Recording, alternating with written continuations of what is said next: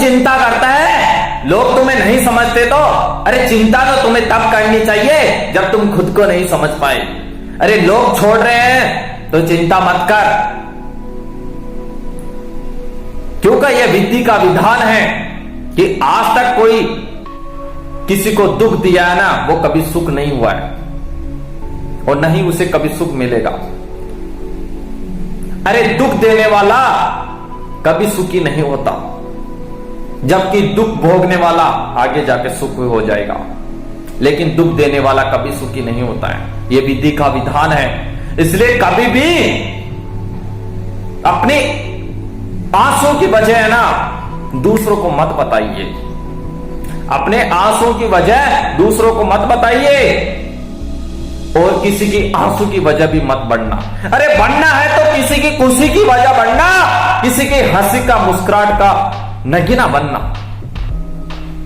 दुख की वजह मत बनना।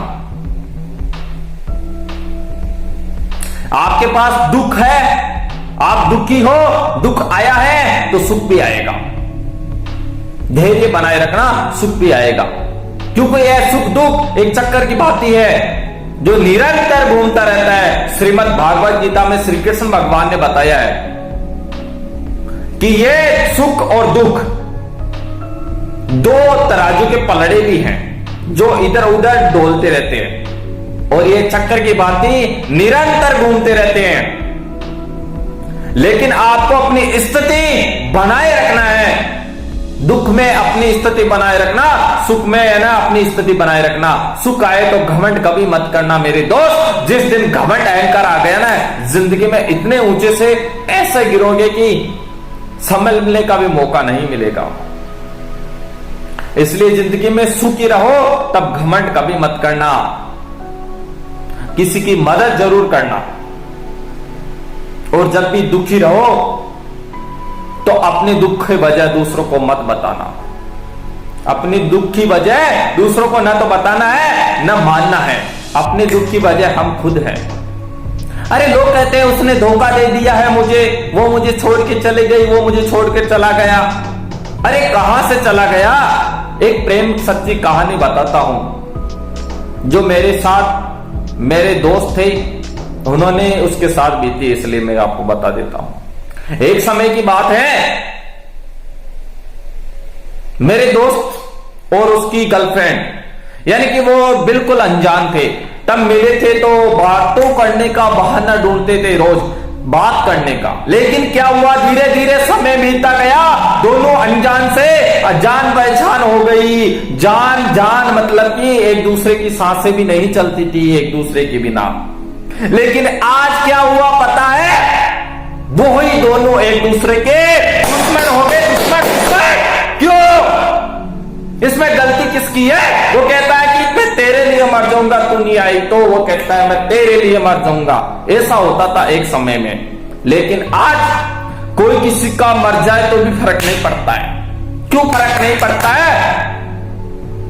इसका पता है कि क्यों, और आखिर ये क्या कारण है? आपने भी देखा होगा ये क्यों होता है। जिसको हम जितना ज्यादा चाहते हैं वही इंसान हमें दर्द देता है। दर्द दर्द दर्द क्यों दर्द देता है वही इंसान? इसकी वजह जाना है कभी? अरे जिस पे जितना विश्वास करो वही इंसान कहता है कि विश्वास सोच समझ के करना चाहिए। करके देख लेना, ये आपकी जिंदगी में बीता होगा कि जिस पे जितना ज्यादा विश्वास किया है वही इंसान हमें सबक सिखा देता है कि विश्वास सोच समझ के करना चाहिए।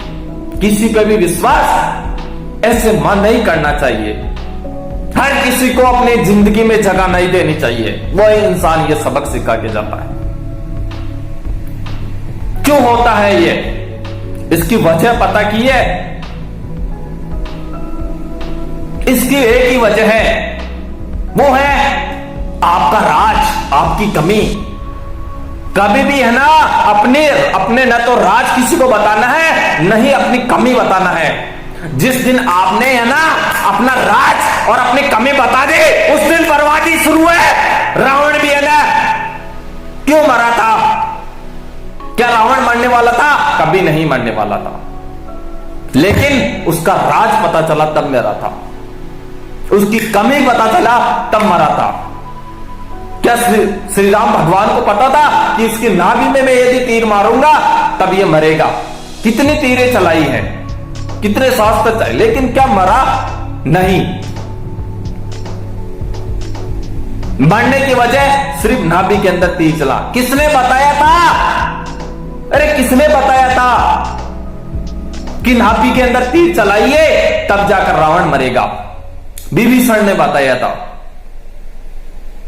और विभीषण कौन था? रावण का भाई था। इसलिए अपना भेद कभी भी किसी को नहीं बताना चाहिए। अपना राज, अपनी कमी, दो चीज ध्यान से सुन लीजिए। मैं ऐसा मत समझना कि मैं छोटी उम्र में ही आपको इतना अनुभव की बात बता रहा हूं। बहुत अनुभव की बात बता रहा हूं मैं आपको आज, और आपके साथ ये बीती होगी। याद करो पिछले बार, पीछे याद करो, पीछे अभी याद करो। क्या आपके साथ भी ऐसा कभी हुआ है कि आपकी जिंदगी में भी किसी ने ऐसा धोखा दिया है या आपका विश्वास किया है, आपने जिस पे वो विश्वासघात किया है? वो विश्वासघात किया है तो क्यों किया है?